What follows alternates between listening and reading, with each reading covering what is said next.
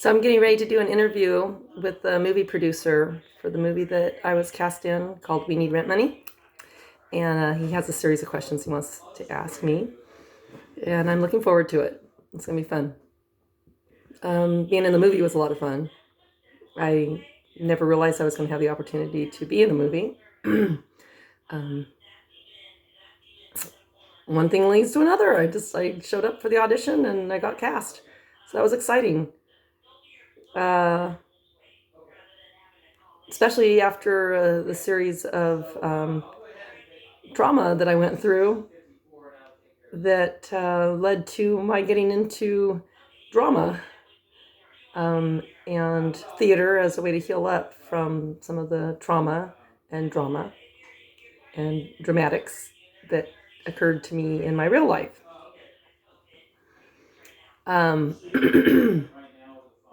So I kind of learned how to be a really good actress by being taught by some of the best real life actors that I've ever met, which would be my family. So my acting ability, I would have to thank my family for giving me the opportunity to learn from them on how to be drama mamas and drama kings. And then also some classes that I took. And taken a lot of classes. Yeah, and the show must go on. So that's one of my mottos is show must go on. So when you get up on stage and if you fall on your face, get back up and keep going.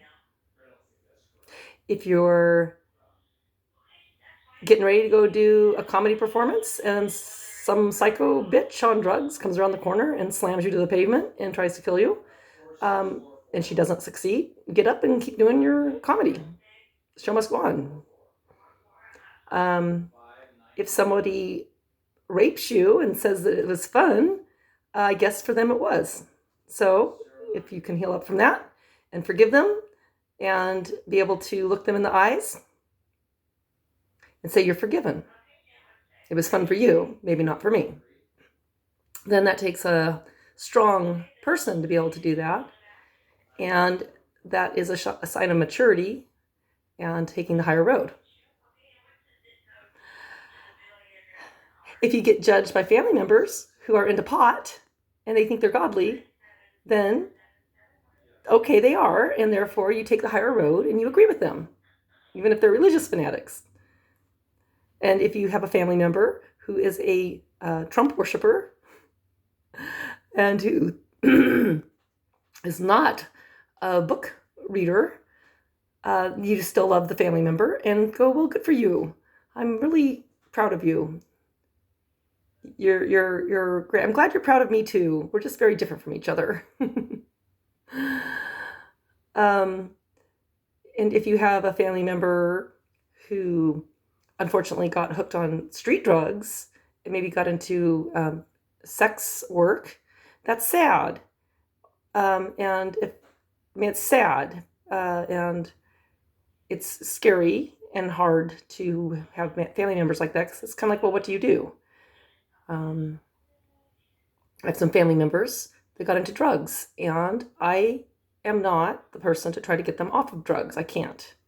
That's not my role. I can still be concerned about them and love them, but it's not my role. I used to have a role as a mother. And then I became a single mother. And I became an alcoholic, not a druggie, but just an alcoholic, which is legal. It's a legal substance. And recovery is possible. Living